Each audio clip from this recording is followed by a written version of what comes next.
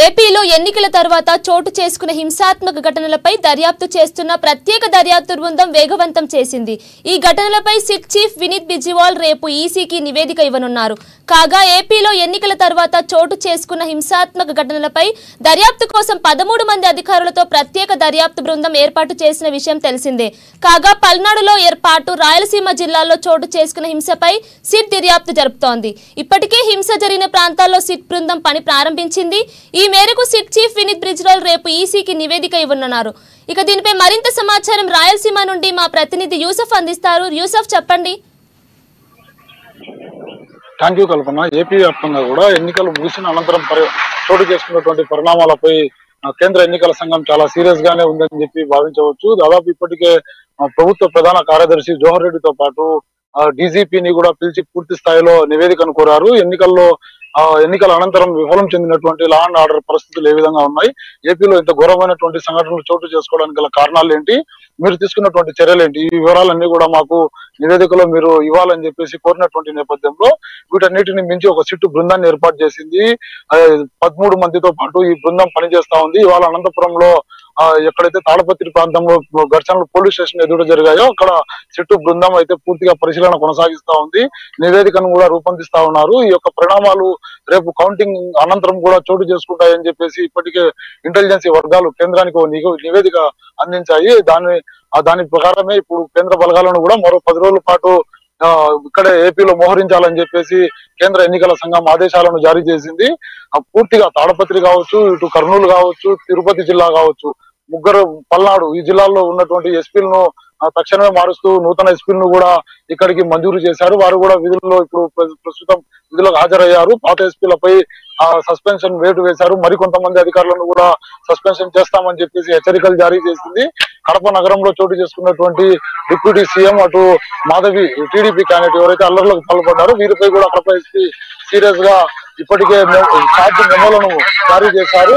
తదనంతరం పరిణామాలు ఏ విధంగా ఉండబోతా ఉన్నాయి, ఏ విధంగా తాము లా అండ్ ఆర్డర్ ను పరిరక్షించాలని చెప్పేసి కీలకమైనటువంటి వ్యవహారాలపై ఇప్పటికే సమీక్షలు కూడా కొనసాగుతా ఉన్నాయి. కేంద్ర ఎన్నికల సంఘం అయితే చాలా సీరియస్ గా తీసుకుంది. ఏపీలో ప్రత్యేకించి లా అండ్ ఆర్డర్ విఫలం కావడానికి గల కారణాలు ఏంటి, ఇక్కడ ఎవరు ఏ విధంగా వ్యవహరించారు, ప్రతిపక్ష పార్టీలకు మద్దతు ఇచ్చినటువంటి అధికారులు ఎవరున్నారు, అధికార పార్టీకి ఎవరు కొమ్ము కాశారు, వీరందరిపై కూడా వేటు ఖచ్చితంగా వేయాల్సిందే. చాలా మంది ఇప్పటికే రక్తపు గాయాలయ్యాయి. జేసీ కుటుంబం అయితే పూర్తిగా అనంతపురం విడిచి హైదరాబాద్ కు వెళ్లిపోయింది. అక్కడ ఉన్నటువంటి ప్రత్యర్థి ప్రస్తుత ఎమ్మెల్యే కేతిరెడ్డి కుటుంబం కూడా పూర్తిగా అనంతపురం నుంచి బయటికి పంపించేశారు. ఎక్కడే కూడా ఎటువంటి సంఘటనలు జరగకుండా పూర్తిగా పరీక్షిస్తా ఉన్నారు. ఇప్పటికే పోలీసులంతా రంగంలోకి దిగారు, నాగాబందీ నిర్వహిస్తా ఉన్నారు, ప్రతి గ్రామాన్ని కూడా చుట్టుముడతా ఉన్నారు. రేపు కౌంటింగ్ అనంతరం జరగబోయేటువంటి పరిణామాలు చాలా తీవ్రంగా ఉంటాయి. దాదాపు ఏపీలో అయితే చాలా చోట్ల కూడా నాటు బాంబులతో పాటు పెట్రోల్ బాంబులను కూడా స్వాధీనం చేసుకున్నారు. ఇవన్నీ కూడా ఇప్పుడు పెద్ద కలకలం రేపుతా ఉన్నాయి. ప్రత్యర్థి పార్టీలపై దాడులు చేసేందుకు ఎవరు ఈ విధమైనటువంటి వ్యూహానికి రచన పన్నుతా ఉన్నారు, ఏ విధమైనటువంటి చర్యలు తీసుకుంటే ఏపీలో శాంతి భద్రతలు చేదాటిపోకుండా అదుపులో ఉంటాయని చెప్పేసి నివేదికలు అయితే రూపొందిస్తా ఉన్నారు. సీనియర్ ఐఏఎస్ లతో పాటు సీనియర్ ఐపీఎస్ అధికారులను కూడా రంగంలోకి దింపారు. సిట్ ఇచ్చేటువంటి నివేదిక ప్రకారం చాలా మంది మీద వేటు పడుతుందని చెప్పేసి అందరూ కూడా భావిస్తా ఉన్నారు. పూర్తిగా ఓవరాల్ గా మనం చూసినట్లయితే తిరుపతి జిల్లాలో బాయికి దిగారు. ఓ సిఐ తలను కూడా బహిరంగంగానే పగలగొచ్చినటువంటి నేపథ్యం ఏర్పడింది. ఈ పరిణామాలను అన్నింటినీ కూడా చూస్తే అల్లరి ముక్కలు రోడ్లపైకి వస్తా ఉన్నారు. అశాంతిని నెలకొల్పాలని చెప్పేసి భావిస్తా ఉన్నటువంటి నేపథ్యంలో ఏపీ ప్రభుత్వం కూడా దానిపై ఉక్కుపాదం మోపేందుకు అన్ని విధాలా కూడా కాపాడుతున్నటువంటి నేపథ్యంలో వీటన్నిటి కూడా చేదాటి లా అండ్ ఆర్డర్ పోవడం పట్ల కేంద్ర ఎన్నికల సంఘం చాలా సీరియస్ గానే తీసుకుంది. ఇప్పటికే సమీక్షలను ఏర్పాటు చేసింది. ఇదే పరిణామాలు కనుక రేపు చోటు చేసుకుంటే ఐఏఎస్లతో పాటు ఐపీఎస్ల మీద మరింత వేటు పడేటువంటి అవకాశాలు అయితే కనపడతా ఉన్నాయి. రైట్ యూసఫ్, ఇప్పటి వరకు ఎంత మందిని అరెస్ట్ చేశారు, అక్కడ పరిస్థితి ఎలా ఉంది? దాదాపు పల్నాడు, తాడుపత్రి, తిరుపతి, కడప ఈ 3 జిల్లాలకు సంబంధించి 200 మందికి పైగా బాధితులపైన కేసులు నమోదు చేశారు. వాహనాలు ధ్వంసం చేయడంతో పాటు అభ్యర్థుల మీద దాడులు చేసినటువంటి అభ్యర్థుల పార్టీలకు సంబంధించిన నేతలందరినీ కూడా అదుపులోకి తీసుకున్నారు. వారిపై కేసులు నమోదు చేసి ఇప్పటికే రిమాండ్ కూడా తరలించినటువంటి పరిస్థితి. పెద్దారెడ్డిని కావచ్చు, జేసీ దివాకర్ రెడ్డిని కావచ్చు, వారిని కూడా పోలీసులు అదుపులోకి తీసుకున్నారన్నటువంటి సమాచారం అందుతా ఉంది. తాడపత్రి వ్యాప్తంగా కూడా ఇదే చర్చ కొనసాగుతా ఉంది. అయితే హౌస్ అరెస్ట్ చేశారు. ప్రస్తుతానికి కేసులు నమోదు చేసిన తర్వాత వీరి పేర్లపై ఎఫ్ఐఆర్ నమోదైన తర్వాత ఇవాళ సిట్టు బృందం పూర్తిగా అనంతపురం జిల్లాలో ఒక పర్యటన కొనసాగిస్తా ఉంది. అక్కడ జరిగినటువంటి పరిణామాలనంతా కూడా ఎఫ్ఐఆర్ లో నమోదు చేసేటువంటి అవకాశాలు కనబడతా ఉన్నాయి. ఎఫ్ఐఆర్ లో వీరి పేరు పెద్దారెడ్డిది కావచ్చు, అటు జేసీ దివాకర్ రెడ్డిది కావచ్చు, జేసీ ప్రభాకర్ రెడ్డి కుమారుడు ఎవరైతే పవన్ ఉన్నాడో, అస్మిత్ రెడ్డి ఉన్నారో, వీరందరిపై కూడా కేసులు నమోదు చేస్తామని చెప్పేసి ఇప్పటికే ఎలక్షన్ ఈసీ అయితే పూర్తిగా ప్రకటన ఇచ్చింది. అందుకు అనుగుణంగానే నివేదిక కూడా కొనసాగుతా ఉంది. ఈ అల్లర్లకు పాల్పడ్డారు. వందల సంఖ్యలో జనాలు రోడ్లపైకి వచ్చారు. రాళ్ల దాడులు కావచ్చు, బాంబులను కావచ్చు తీసుకొని ప్రత్యక్షంగా రోడ్లపై స్వైరవిహారం చేశారు. ఈ వీడియోలన్నింటిని కూడా సేకరించారు.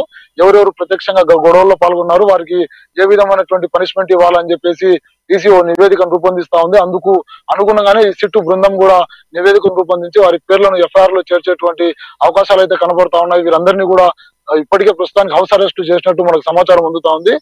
ఎఫ్ఐఆర్ లో పేర్లు నమోదు కన్ఫామ్ గా వీరందరూ కూడా గొడవల్లో పాల్గొన్నారు. ప్రత్యక్షంగా గానీ పరోక్షంగా ప్రేరేపించారని తెలిసిన పిదప వీళ్ళను అరెస్ట్ చేసేటువంటి అవకాశాలు అయితే స్పష్టంగా కనపడతా ఉన్నాయి. ఇప్పటికే రాయలసీమ వ్యాప్తంగా 200 మందికి పైగా బాధితులను అరెస్ట్ చేసి అందరికి కూడా రిమాండ్ కి తరలించినటువంటి పరిస్థితులు కనబడతా ఉన్నాయి. శాలిని. ఓకే యూసఫ్, ఈ జూన్ 4న ఫలితాలు విడుదల చేయబోతున్నారు కదా, మరి ఏ విధమైన భద్రత తీసుకోబోతున్నారు?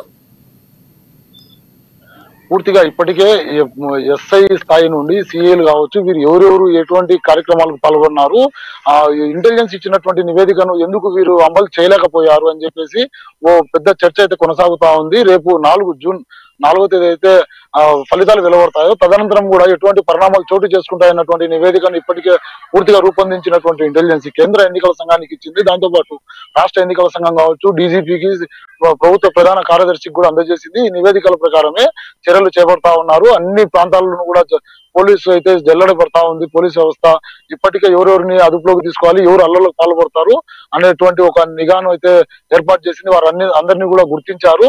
లోపల వారికి అందరికి కూడా కౌన్సిలింగ్ ఇస్తా ఉన్నారు. రౌడీ షెటర్లు కావచ్చు, ట్రబుల్ మంకర్లు కావచ్చు, వీరు ఎవరైతే ఉన్నారో వీరందరినీ కూడా అదుపులోకి తీసుకొని కౌన్సిలింగ్ కొనసాగిస్తా ఉన్నారు. ఫలితాల అనంతరం చోటు చేసుకోబోయే పరిణామాలకు మీరే బాధ్యత వహించాలి. జిల్లాల నుండి మిమ్మల్ని బహిష్కరిస్తాం ఏవైనా అల్లర్లు జరిగితే అని చెప్పేసి హెచ్చరికలు జారీ చేస్తా ఉన్నారు. వారికి ఇప్పటికే స్టేషన్లలో బైండ్ ఓవర్లు చేసి బెయిల్ మంజూరు చేస్తా ఉన్నారు. ఎటువంటి సంఘటన జరిగినా కూడా ప్రతి రౌడీ షీటర్ కూడా బాధ్యత ఉంటుంది, వారి తాట తీస్తామని చెప్పేసి ఎస్పీలు అయితే పూర్తిగా వారిని హెచ్చరిస్తున్నటువంటి పరిణామాలు చోటు చేసుకున్నాయి అని చెప్పవచ్చు.